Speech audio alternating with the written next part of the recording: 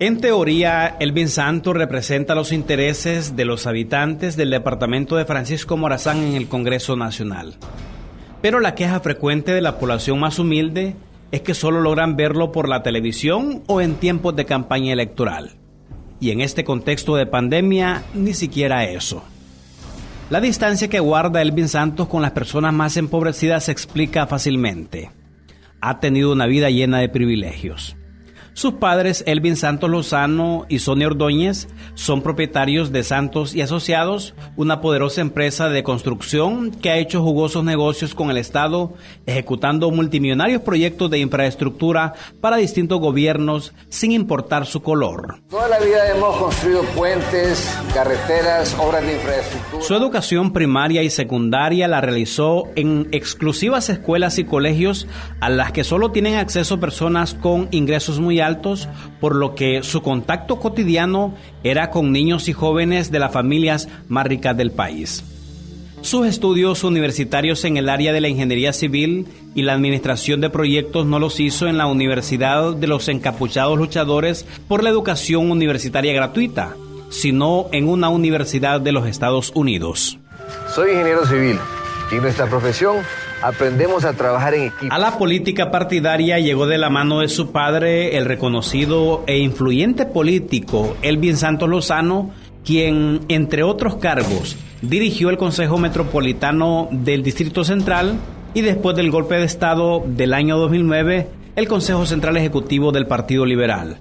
También su tío Max Gil Santos, quien en representación del Partido Liberal presidió el desaparecido Tribunal Nacional de Elecciones. La primera gran oportunidad que tuvo Elvin Santos para participar en la contienda política se la dio José Manuel Zelaya Rosales, a quien acompañó como candidato a la vicepresidencia en la planilla presidencial del año 2005. Los resultados electorales lo treparon de un solo a la vicepresidencia de la República. Se procede en este momento a tomar la promesa de ley al ciudadano José Manuel Zelaya Rosales por parte del presidente del Congreso Nacional. En enero del año 2008 anunció su precandidatura presidencial y en noviembre renunció de manera irrevocable al cargo de vicepresidente. Pero el Congreso Nacional, presidido por Roberto Micheletti, quien también aspiraba a la candidatura presidencial, rechazó la renuncia porque no se justificaba. Mientras tanto, el Tribunal Supremo Electoral le negó la inscripción para participar en las elecciones primarias del Partido Liberal, basado en el primer párrafo del artículo 239 de la Constitución, que manda a que el ciudadano que haya desempeñado la titularidad del Poder Ejecutivo no podrá ser presidente o designado. En una hábil jugada política, Elvin Santos Ordóñez burló la ley haciendo que Mauricio Villeda Bermúdez ocupara temporalmente la precandidatura presidencial bajo la siguiente consigna. Y recuerden que votar por Mauricio es votar para inscribir a él. Esto mientras resolvía su situación legal. La candidatura simulada se impuso a la candidatura de Roberto Micheletti. La resolución favorable a Santos Ordóñez de un recurso presentado ante la Corte Suprema de Justicia derivó en que el Congreso Nacional aceptara su renuncia y que, de acuerdo a lo pactado, Mauricio Villeda le entregara la candidatura presidencial. Vamos con todo, vamos liberales. Las encuestas de mayo del año 2009 daban a Elvin Santos con una ventaja de 20 puntos sobre Porfirio Lobo Sosa, candidato del Partido Nacional, y todo hacía pensar que sería el próximo presidente de Honduras. Hasta que llegó el 28 de junio y decidió respaldar el golpe de Estado contra su compañero en la planilla presidencial del año 2005, José Manuel Zelaya Rosales. La propuesta de instalar una cuarta urna para preguntarle al pueblo hondureño si se convocaba o no a una Asamblea Nacional Constituyente para conformar un nuevo pacto social hizo entrar en pánico a los sectores conservadores del país, entre ellos a Elvin Santos Ordóñez. El pueblo que salió a las calles a rechazar el golpe de Estado fue salvajemente reprimido. La sociedad se dividió entre golpistas y resistencia. El Partido Liberal también se partió. La ruptura la pagó muy cara Elvin Santos Ordóñez. El pueblo liberal que protestaba no fue a votar. Lobo Sosa se convirtió en presidente. Elvin Santos aún se lamenta y responsabiliza a la Embajada de los Estados Unidos sobre su derrota. En el 2009 inclusive me hice para atrás, me hicieron la embajada reconocer a un candidato con una tendencia y Pepe Lobo fue presidente, ni siquiera contaron los votos. A partir de la derrota, Elvin Santos sale de la vida política y se dedica a la empresa constructora de su familia. Pero en las elecciones generales del 2017 decide lanzarse nuevamente y gana la diputación por el departamento de Francisco Morazán. En el año 2018, una vez ya en el Congreso Nacional, es electo como jefe de la bancada de los liberales.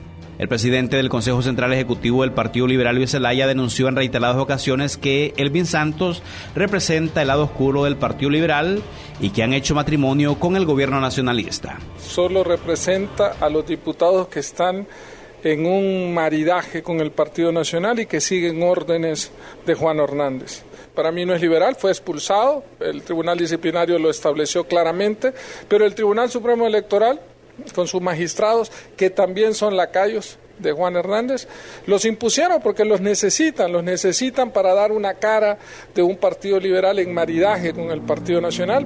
El 13 de junio del año 2018, la ya desaparecida Maxi, en conjunto con la Unidad Fiscal Especial contra la Impunidad y la Corrupción, presentaron ante la Corte Suprema de Justicia un requerimiento fiscal contra 38 personas implicadas en el denominado caso de corrupción Pandora.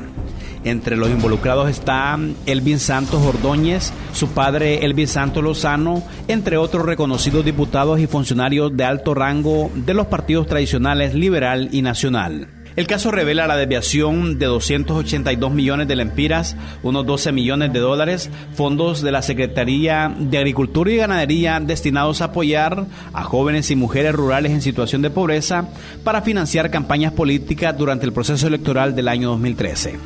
La acusación contra padre e hijo argumenta que con parte de estos fondos pagaron un préstamo del Consejo Central Ejecutivo del Partido Liberal por un valor de casi 100 millones de lempiras, fondos que utilizaron en su campaña política electoral del año 2009. Este requerimiento contemplaba los siguientes delitos: de abuso de autoridad, fraude, malversación de fondos, lavado de activos, falsificación y uso de documentos públicos en perjuicio de la administración pública, de la fe pública y de la economía del Estado de Honduras.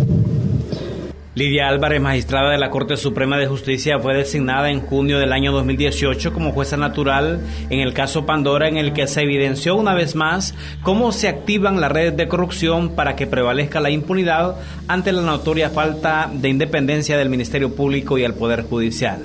Tras una maratónica audiencia inicial realizada el 23 de junio del año 2018, la jueza dictó la medida de detención judicial contra Elvin Santos y otros 23 implicados en el caso Pandora.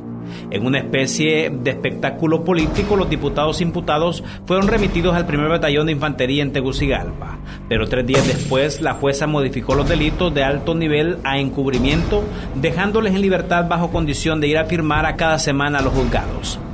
El 4 de agosto del año 2020, desde el Poder Judicial se dictó sobreseimiento definitivo a 22 altos funcionarios involucrados en el caso Pandora. Destaca entre ellos el nombre del político y empresario Elvin Ernesto Santos.